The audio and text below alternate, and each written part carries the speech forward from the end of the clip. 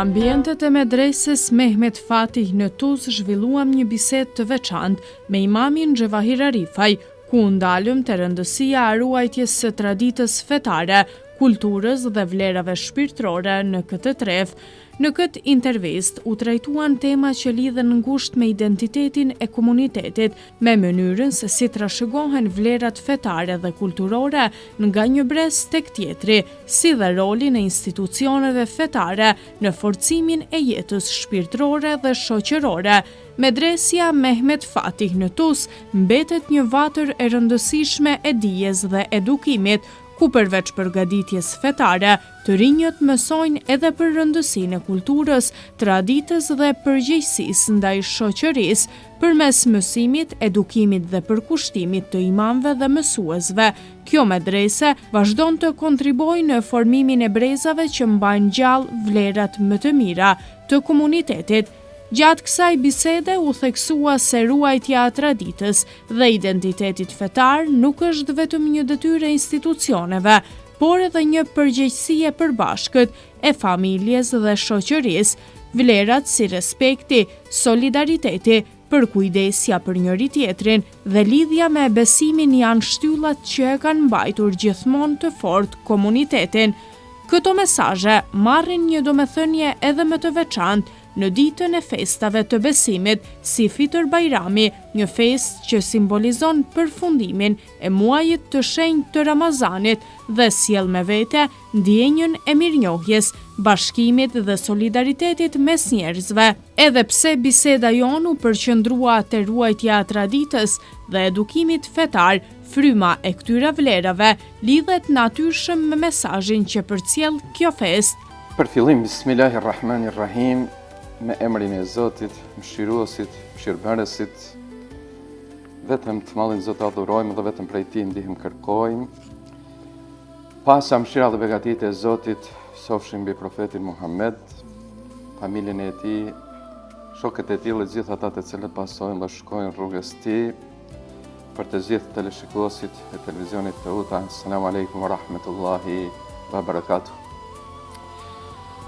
Siç e cekët të leju, se me të vërtet sot bota me një shpejtësi të madhe ka marrë atë hovin e ndryshimit, në veçanti për vendet tona duke të ndjeshëm dhe mund ta shohim ata si thonë një fjalë popullore me sy të gjallë këto ndryshime. Edhe pse ndoshta në këtë avancim të ndryshimit mund të gjejmë edhe gjëra pozitive normalisht, por shohim edhe negative e cila për neve si shoqëri këtu është e dukshme dhe shqetëson pak shoqërinë, nga se vendi ynë është rrit, jem edukuar në një atmosferë të jetës se kem ditë të bëjmë atë respektin edhe dallimin e atyre që është dashur për t'i respektuar dhe ata që është dashur për t'i dalluar. Dhe këto pikrisht dita ditë duken se janë duke u humbur të brezat e ri, edhe pse mundohemi ne si gjenerata pak më të vjetra, të cilat ndoshta i kemi arrit sadopak ato thesare të cilat ishin në vendin tonë si traditë, në komunitetin tonë këtu neve në Tuzë, por edhe në përgjithësi të shqiptarët, kudo që janë, por është e pamundur të ndalet ky hovi i ndryshimit në veçanti të trit, dhe kjo po merr për masa tjera, jo ajo se ndoshta në veçanti baballarët tanë dhe gjyshërit tanë janë rritur dhe kanë jetuar në një ambient të tillë. Sot po shohim ato ndryshime të cilat ndeshtëm nuk ndeshtëm, pëlqyen nuk na pëlqyen, duhet ti përçafojmë, por ajo që është pojenta kryesore, mu mundua se në atë përçafim të mundohemi të kontribojmë ose të jepim edhe ne atë kontributin tonë të trit tanë, se spaku t'i njoftojmë me ato të cilat janë kemë vlera edhe patriotike, edhe morale, edhe fetare, se në veçanti kur me shikua atë pak gjendjen e parëve tanë, dhe duke studiuar jetën e tyre, me të vërtet ndoshta ata në shtëpiat e tyre në truezat e tyre ka qenë shumë ma pak se sa sot në shtëpiat tona edhe në truezat tona, por zemrat e tyre janë kënë të mbushura.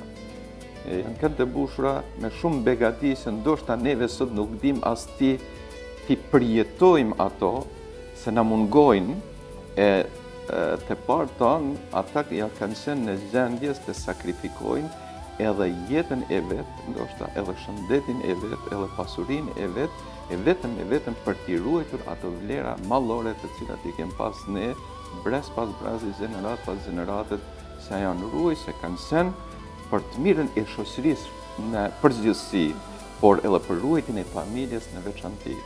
Se familjen, ose familjet janë të shëndoshë, janë përparimtare, janë të edukuara.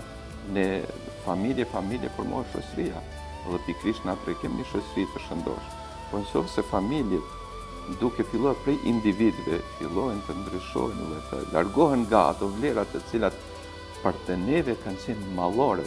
Neve shpeshherë ndoshta kemi dëgjuar prej njerëzve se kanë shkuar në vizita në Evropë ose në ndonjë vend tjetër jashtë vendit tonë, kur na i kanë përcjell disa mesazhe të cilat ata i kanë përjetuar, ose janë kënë dëshmitar të tyre i kanë parë vetë me sytë e vetë, ne jemi çuditë si mundet të jetë ajo gjendje e njerëzve, popullatës të atjeshme përparimtare ashtu, as larg shumë vlerave të cilat të neve ishin mallore.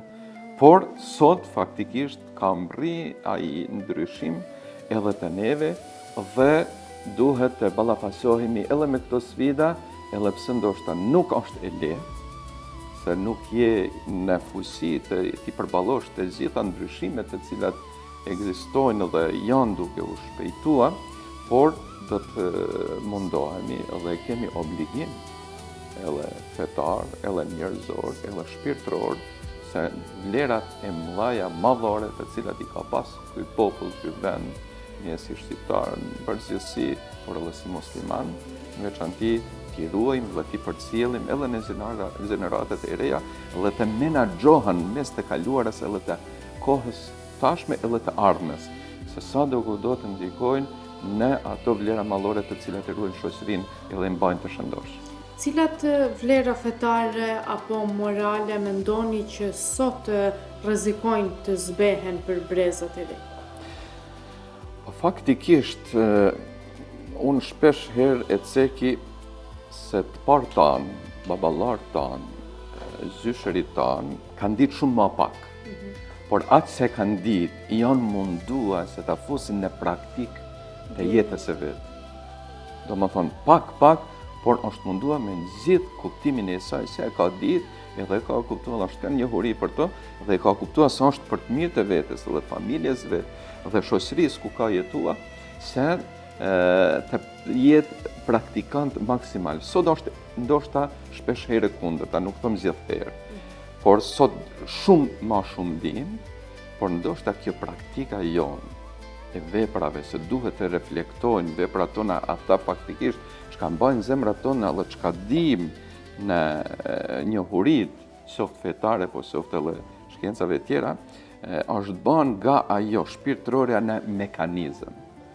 Dhe ato kom frikë se edhe kur ne si besimtar vim në xhami për t'i kryer ritualet fetare, ndoshta ato nuk i përjetojmë me shpirt edhe me zemër, por vetëm si një barë se sa ma shpejt të kryejmë edhe dalim, edhe të shkojmë do një aktivitet tjetër ose do një argëtim tjetër të jetës dhe nuk e ndjejmë atë kënaqësi shpirtërore si duhet ta ndjejë një besimtar, por faktikisht si e ka ndjelë të parë tanë. Ka pas rast, unë kam arrit për xhamia kur ka pas ndonjë ders ose ndonjë program i caktuar fetar në xhami, shumë të moshuar të qaj me lotë. E sot është e rrallë, shumë e rrallë ndoshta me pa një të ri, se po shanë prej atyne ndjenjave shpirtërore për një rast të profetit Muhammed a.s. Ose ndonjë verset kuranor se me të vërtet ndikon edhe ta prek shpirtin tënd, ose ndonjë ngjarje ndolli e dhimbshme se përcjellës i ka ndodhur dikujt duke se zemra tash të neve në këtë kohë nuk është ngursu edhe nuk është as e ndjeshim si kur ishte ata të parët tanë. Faktikisht ne si besimtar na ka edukuar feja jonë. Profeti Muhammed alayhi salam ka thënë, kur një shoqëri nuk ndjehet mirë, nuk duhet të ndjehet e krejt shoqëria për rreth. Ose një person kur nuk ndjehet mirë, edhe njerëzit rreth nuk guxojnë të ndjehen mirë. Pse? Besimtar, dhe njerëzit që janë për rreth duhet të ndjehen si një trup. Kur një pjesë e trupit ka dhimbje, i krejt trupi e ndjen dhimbjen. Se ose një besimtar ose një shoqëri besimtare ose njerëzve ka ndonjë hall, e gjithë shoqëria duhet të ndjej atë hallin e tina. Edhe pse ka shqyr, ekzistojnë edhe sot njerëz humanitar, njerëz që ndihmojnë, njerëz që dëshirojnë ndoshta të kontribojnë edhe ka ana fetare, edhe ka ana njerëzore, edhe ka ana kombëtare, por me ato ndjenja të cilat i kanë pas të parë tonë, jam duke u friguar se çdo ditë e më tepër po humbën, edhe pse ne nuk duhet të dorëzohemi asnjëherë me kontributin ton, me predikimin ton fetar, me përcjelljen e atyre gjërave të cilat i kem pas në të kaluarën të parë tonë, në brezat e ri duhet se të mundohemi ato thesare mallore se i kanë pas shqiptarë në përgjithësi, por edhe ne këtu në Malsinë veçanti t'i kultivojmë dhe të bëjmë atë mundin tonë, sa është deri te ne. Tjetra mbetet në dorën e Zotit, por ta mbjellësh një pemë dhe nëse nuk e ujit, nuk e ushqen, nuk i jep në kohë ato nevojat e saj, ajo do të ngecë, do të mbes. Por nëse ja i bën atë në sunetin ton me kohë dhe aq sa e shohim neve të arsyeshme, ajo do të shkojë frytet. Zoti e din sa do Zoti mundet të mëllon fryte, por kryesorja si trun, ajo që shkon deri te neve e kena realizu dhe e kena dhënë atë kontributin tonë. Kështu që mendoj që edhe neve nuk duhet asnjëherë të dorëzohemi dhe të thojmë tash ka ardhur tjetër kohë s'kena ne fuqi më të edukojmë gjeneratat e reja ose ti përcjellim ato vlera të cilat ishin deri më tani. Ne duhet të kontribuojmë, duhet të japim dhe duhet të mundohemi, por nëse është edhe një person. Sepse një këshill e dikujt, ndoshta mund të kenë shkas për me ndrru një gjendje e cila e shohim se është negative. Por asnjëherë nuk guxojmë edhe t'i dalim të mirës përpara edhe pse nuk jena akoma mësuar neve në të kaluarën. Ajo që është e mirë, le t'i përcaktojmë edhe neve, t'i ndihmojmë njerëzit të shkojmë rinia përpara, duhet të ecim me botën. Por kurse si mos t'i harrojmë ato vlerat mallore të cilat i kem pas, ato kryesorja ajo shpirtërorja. Se kur të kem atë shpirtërorën, atëra ajo matorri njeriu. Ajo e bën se të reflektohen edhe veprat, edhe fjalët, edhe sjelljet, edhe tjera gjëra të cilat janë të lidhura me njeriu, në raport me vetveti, në raport me njerëzit, por kryesorja është në raport me Zotin. Si mund të ndikojë apo edhe mund të bashkëpunojë familja, shkolla dhe xhamia për të ruajtur këto thesare shpirtërore edhe për të rinjët? Unë mendoj se shkolla e parë është familja. Familja duhet me pas kujdes. Fëmijët, ose si quajmë neve evladi, në gjuhën popullore, është një dhuratë e Zotit. Ato ta jep Zoti se nuk mundet kush me ta dhënë mos dëm Zoti. Por kur ta jep Zoti, nuk mundet kush me ta marrë mos dëm Zoti. Edhe kjo është një dhuratë e veçantë, se nuk ka zëvendësim. Këtë e ka cekur edhe Zoti në Kur'anin famlar, në një verset kuranor, ku ka thënë: Bismillah, yahabbu limen yasha inathan wa yahabbu limen yasha dhukura. I jep dhurat, por kjo fjala yahab është dhurat e pa zëvendësueshme. Kurse dhurata e zëvendësueshme faktikisht quhet hedije. Vjetrit tonë e kanë përdorur këtë fjalën hedije. Hedije çoja këtë filanit, por hedija mund të kthehet. për shembull, ja çon përpara gratë një sapun, mundet me t'i kthy 2 sapuna. Mundesh millon diçka me vlerë më të vogël, ta kthen me një vlerë më të madhe si ka ra mirë për atë se ja ke dërgu ose thot që ka ra në men për mua. Por Zoti ka përdorur një fjalë që ka kuptimin të nin përkthim s'munet me zet fjalë më të afërt se sa kjo dhurat, por është dhurat e pazëvendësueshme. Pra fjala jeheb është dhurat e pazëvendësueshme. Me çka do mja këtë Zotit kur ta jep e bladit? Nuk ka kur një sen nuk mundesh ti me ja kthy Zotit as me atë që ta kollon, po as me ma tepër, me ma pak ti mundesh Zotin me falenderu. Duke bërë falenderime dhe duke adhurime ndaj Zotit jes. Por a mundesh ti me ja dhëllon atë se për hapërsisht Zotit ta kollon me e vlad nuk më. Se Zotin Kur'an thotën tjetër, verset kuranor, Eudhu bila bismillah, el malu vel banuna zinetul hajatit dunya. Pasurinë dhe fëmijët do akumullon kënaqësi për këtë botë. Me të vërtet njeri kënaqet, edhe kur ka pasurinë ka gjendjen ekonomike mirë, po kur e ka edhe shtëpinë me vlad, veçantë të edukuar dhe të hajrit. Por është edhe verset tjetër, pikërisht edhe për pasurinë dhe për fëmijët, ku thotë Zoti, Eudhu bila bismillah, el malu vel banuna fitne.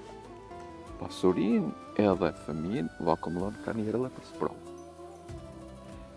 Faktikisht, neve Zoti na ka pasurua me evlad, me fëmijë, po edhe si kënaqësinë këtë botë, se ka njerëz që ton pasurinë kishin me shkri me pas një fëmijë.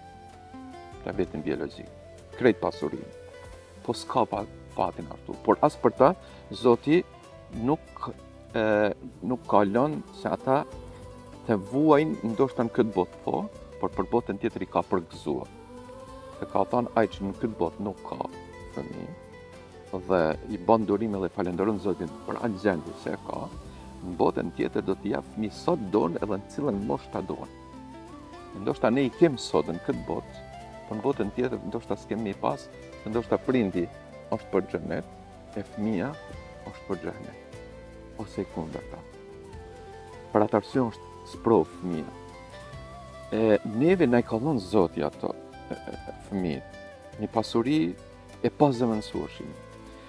Njëjtën kohë na i ka dhënë Zoti amanet, se ne të kemi kujdes se me këtë mirësi, me këtë dhurat, me këtë peshqer që na i ka dhënë Zoti, ka rregulla.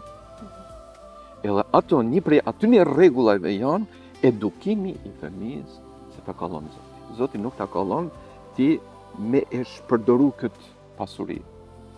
Tash është e vladi jem, dhe unë kam drejt çka du me bëj, s'ke drejt. Janë rregullore të cilat Zoti enkas për këtë dhurat ti ka rregullu.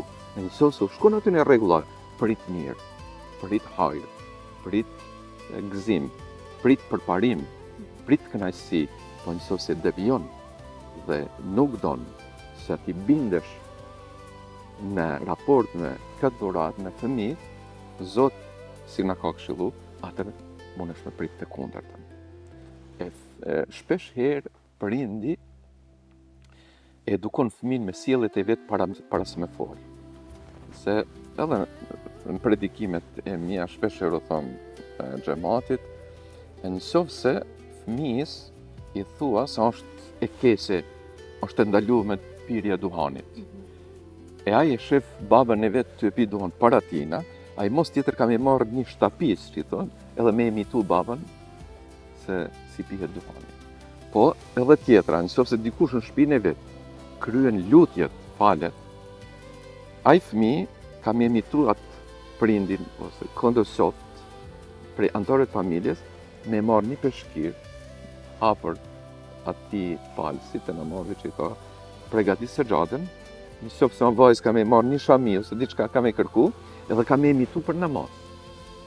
Çka do të thotë? Ndaç me pas një fëmijë të edukuar, edukoju ti vetë. Dhe ti je i edukuar, i jepi kontribut fëmijës për edukim, por një dikush ti fëmijën tonë na ke ndihmoni si shoqëri, na ke eduku shoqëri. Se fëmijën nga i fëmijë formohet shoqëria. Dhe shkolla e dytë janë tash parashkolluar, e foshnjorët, edhe aty duhet me pas përgjegjësi të gjithë edukatorët dhe edukatorët kur e marrin fëmijën në këtë përgjegjësi, është amanet. Unë fëmijën tim, pasurinë më të madhe të jetës, ja kom besu edukatorit ose edukatores, të ma edukoj, të ma kenë kujdes. Dhe çdo edukator edhe edukatorit duhet me i marrat me përgjegjësi si me kanë fëmijë vetë, do të edhe më mirë, se të ndihmojnë edhe aty të japin pak një ndihmë fëmijës për edukim. Kur vjen shkolla, këto janë përgjegjësia më e madhe të mësuesit, të mësuesit, arsimtarët, profesorët duke shkuar në atë mënyrë, se të gjithë duhet të kenë kujdes se atë kontribut të mësimit se japin, nëse nuk e kanë me edukat, ndoshta mundet me kanë e pa kompletuar ai kontribut i cili e japin ne për cilën e editorisë për ta mësuar fëmijën. Nëse një mësues ose mësuese, profesoresh nuk ka edukatën e vet. Është problematike ti ta përcjellësh edhe atë nga dituria që ke të fëmijë. Dhe në fund vjen edukimi i cili duhet fëmija ta marrë në atë mosh kur ai bëhet i zoti i vetit. Do më thonë, e arrin moshën e pjekurisë, ose mundet, më thonë, do më kalon adoleshentën, edhe ai fillon me mendjen e vet, me meditu, me i vlerësu zërat dhe me i kuptu zërat. Por nëse prej fillimit, prej bazët, prej themelit, prej familjes, nuk jallon mi edukat si duhet, dhe shkall nga shkall, deri këtu kur ka ardhur ai vet me i kuptu zërat, vetjut edhe me vendos vetjut, është e zoshim ai se ti elaboroj të gjitha me një përfundim të shëndosh. Dhe kjo është ajo e cila është përgjegjësi e madhe dhe e veçanta e edukimit janë me i tepet. Te ne hoxhallarët, kur vinë fëmijët me mësu mësim besimin, dhe prindrit e tyre na besojnë fëmijën e vet për me bë një edukim të shëndosh shpirtëror, e cila është e lidhur drejt për drejti me shpirtin, dhe kur një fëmijë arrin t'i kuptojë vlera shpirtërore dhe e mëson se çka i thot Zoti, çka porosia e Zotit për një njeri, si ishte mesazhi ose si ishte edukata e profetit ton, si model i jetës ton, sigurisht se fëmijët bashk duke i lidhur ose gërshetuar mësimet shkencore ose mësimet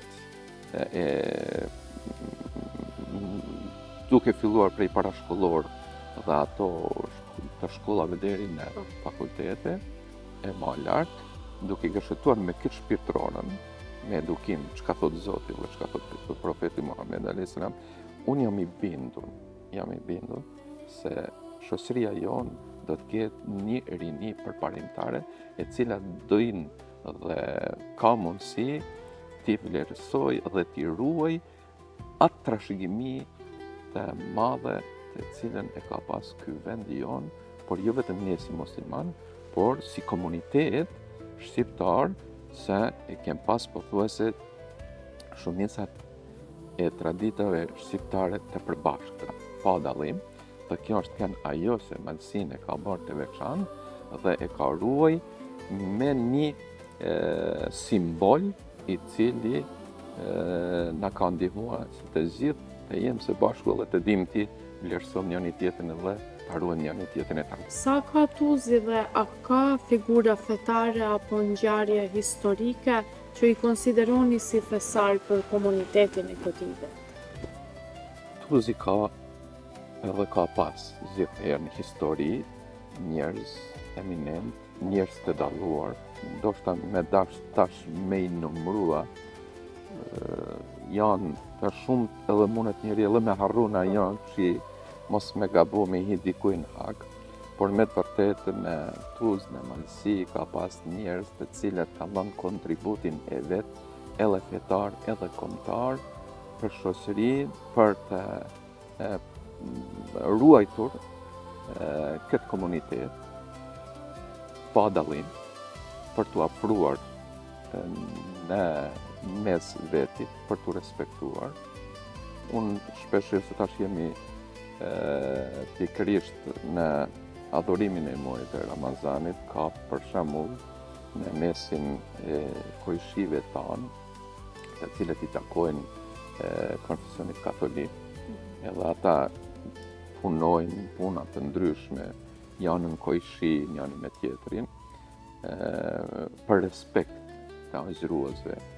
Nuk mundesh prej tyre me i pa ndoshta të pi duhan, të shkua në ndonjë vend ku në mënyrë të hap konsumohet ushqimi, kur shkon ose të vjen në shtëpi, as nuk të afron diçka për respekt, po as ai vet nuk merr diçka për pije ose ushqim, edhe kur vjen veti si musafir nuk don kur një sen me marrë me konsumua për hit ose se jella ti aznuash. Domethënë këto janë ato vlerat të mëdha të cilat i ka pas malësia, i ka ndoshta pak më të zbeta, po shpresojmë se do të ruhen edhe në të ardhmen. Atë se malësin e ka mburrë gjithëherë është kanë besa. Besa e malësisë. Njerëzit këtu në vendin tonë, në Malësi, në Tus, komunën tonë, janë kënë në gjendje kur ta kallon besën, ta kallon fjalën, ai me vdek për atë fjalë. Edhe mos me ndryshu fare. Dhe njerëzit edhe tjerë, të cilët nuk janë shqiptarë, i kanë vlerësua këto vlerat e shqiptarëve dhe kanë thonë shqiptari, kur ta jep besën, ai vdes për besë. Se këtë kanë dëshmuar me punët e veta, me rastet e veta. Dhe një tjetër rast se Malësia është njoft në shqiptaria dhe Malëzirë, është kënë kur është marrë vendimi për ndalimin e armëve, kur është në gazmente, për të ruajtur shoqëria. Shkaku mos me ardhë do një tragedi e cila ronazo ka pasoja katastrofale për fund.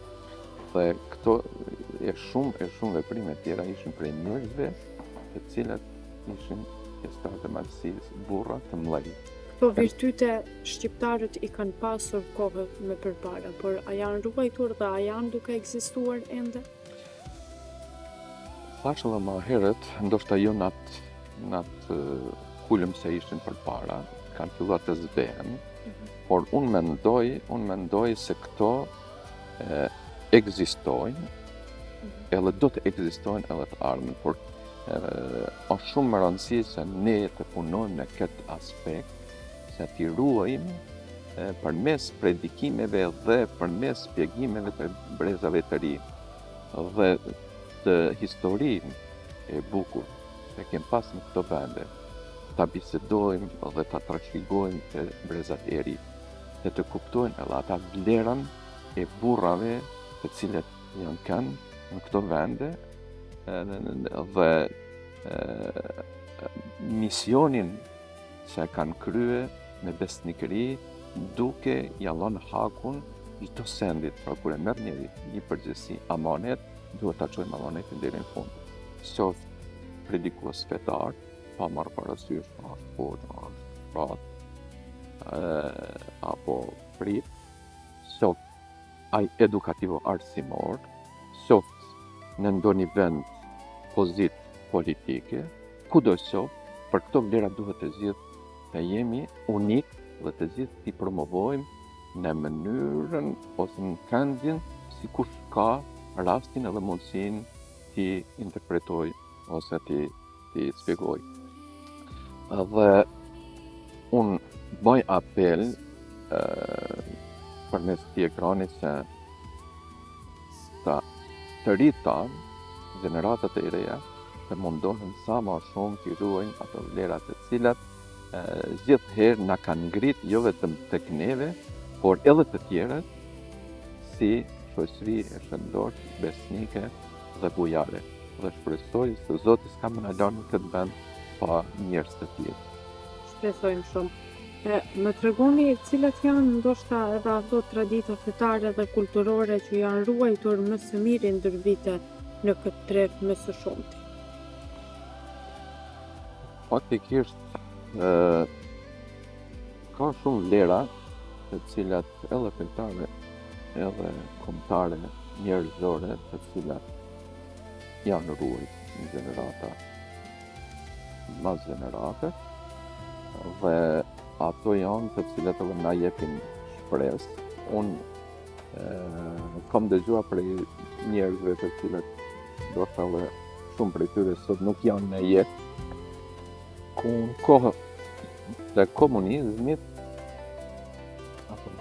si kanë thonë, njerëzit e kanë ruajtur çështjen fetare. Kur dikush ndoshta ka pas presion ose pozit ose fe e ka nxjerr fen. Pikërisht e ka nxjerr atë e cila është kanë shëndosh edhe për vetën e tij, në raport me krijuesin, por edhe me shoqëri, se mos të jetë një shkas për t'i bërë dikur dom kaku i domosdoshmërisë ose urdhrave apo presionit të sistemit të atëhershëm. Sa i përket çështjeve fetare, janë ruajtur çështjet fetare, edhe pse ndoshta kur shohim numrat, atëherë kanë më pak njerëz që kanë në xhami, sot ka shumë më shumë xhamate ose njerëz që vinë në xhami. Kur i shohim kultet fetare, xhamiat, numerikisht atë janë shumë më pak, sot ka shumë më shumë xhamia. Interesimi ndoshta për mësim besim është kanë edhe atër deri dikun sot është shumë numri më i madh dhe më interes, edhe pse prapë e thom atë se sinceriteti i asaj ndoshta ka dallim që atë janë njerëzit më të sinqertë në si ta çështje fetare, por edhe njerëzore, por sidoqoftë ato janë ruajtur, janë përcjell, edhe kanë kaluar gjenerat pas gjeneratet. Kam disa shembuj, për shembull, të cilët njerëzit në kohën e komunizmit janë kanë as të përpik. Që ka pas raste kur të njerëzit në ato janë marrë me blegtori. Kur ka hin delet apo lopët ose ndonjë kafshë tjetër në një tokë edhe i ka bën dikujt dëm. Për 48 orë familjen e aty në baktive, as nuk e ka marrë vetë me ushqy vetin e familjes. As nuk e ka dhënë dikujt, po e ka derë. Shkaku duke pas frikën se mos ai ushqim është haram, se nuk është me halal, dhe nëse ushqen familjen ose ushqen dikon prej atij se ka llogarit ai haram, ka pas frikë se do ndikoj negativisht. Edhe në edukim, edhe mund të zoti dikun do një vend tjetër me ja si pagim në smundje apo në familje ose në pasuri ose në diçka tjetër. Gjithashtu kam pas rast me ndëgjuar kur një prej koqërive të kanë katolik, për shembull, ka kaluar për tokën e një koqërisë, se ka qenë musliman aty, nuk ka mujë rrugës me kaluar, sa është kanë çuar ujë, do me thënë kanë zonë rrugën, por është dashur për livalli. Kur ka shkuar në fund livallit për me kaluar në rrugë në anën tjetër, i ka marrë dhe i ka datë kuste vetë dhe i ka shkuar në dheun, se janë zgjidh për kputëve për m'ia lënë njerit në tokën e vetë, mos me marrë me vetë i sa frigu, se mos po i hinë hakën se ose ka për diçka prej dheu të tokës e tina e pejqet prej arës tina. Pra këto janë ato vlera madhore të cilat i kanë pas të ne si shoqëri, pa dallim, pas kanë musliman, pas kanë katolik, por pas kanë edukat. Këto, për shembull, në këto raste, duhen neve na motivojnë se të ruajmë atë dhe të vazhdojmë atë edhe pse thom pra, ndoshta është në e zbet, por falë Zotit do të na ruaj ky porosri dhe nuk do ta lajmë se ti humbim ato vlera të cilat i kanë pasur parton me të vërtet edukat shpirtëror, por edhe ajo që është në njerëzore. Në përfundim, kjo bisedë na rikujton se ruajtja e traditës fetare dhe kulturore është një vlerë e çmuar që duhet kultivuar dhe përcjell nga brezi në brez. Institucione si Medresja, Mehmet Fatih në Tus dhe angazhimi i imamëve edukatorëve luajnë një rol të rëndësishëm në forcimin e këtyre vlerave dhe në ndërtimin e një shoqërie të bazuar në dije, respekt dhe solidaritet. Mesazhet e përcjella në këtë intervistë marrin një domethënie të veçantë, sidomos në ditët e festave të besimit, kur njerëzit afrohen më shumë me njëri tjetrin dhe me vlerat që i bashkojnë. Fitër Bajrami na kujton rëndësinë e mirësisë, faljes dhe kujdesit për njëri tjetrin. Me këtë frymë urojmë që këto vlera të vazhdojnë të jetojnë dhe të forcohen në komunitetin ton, duke mbetur një udhërrëfyes i rëndësishëm për brezat e sotëm dhe ato që do të vijnë.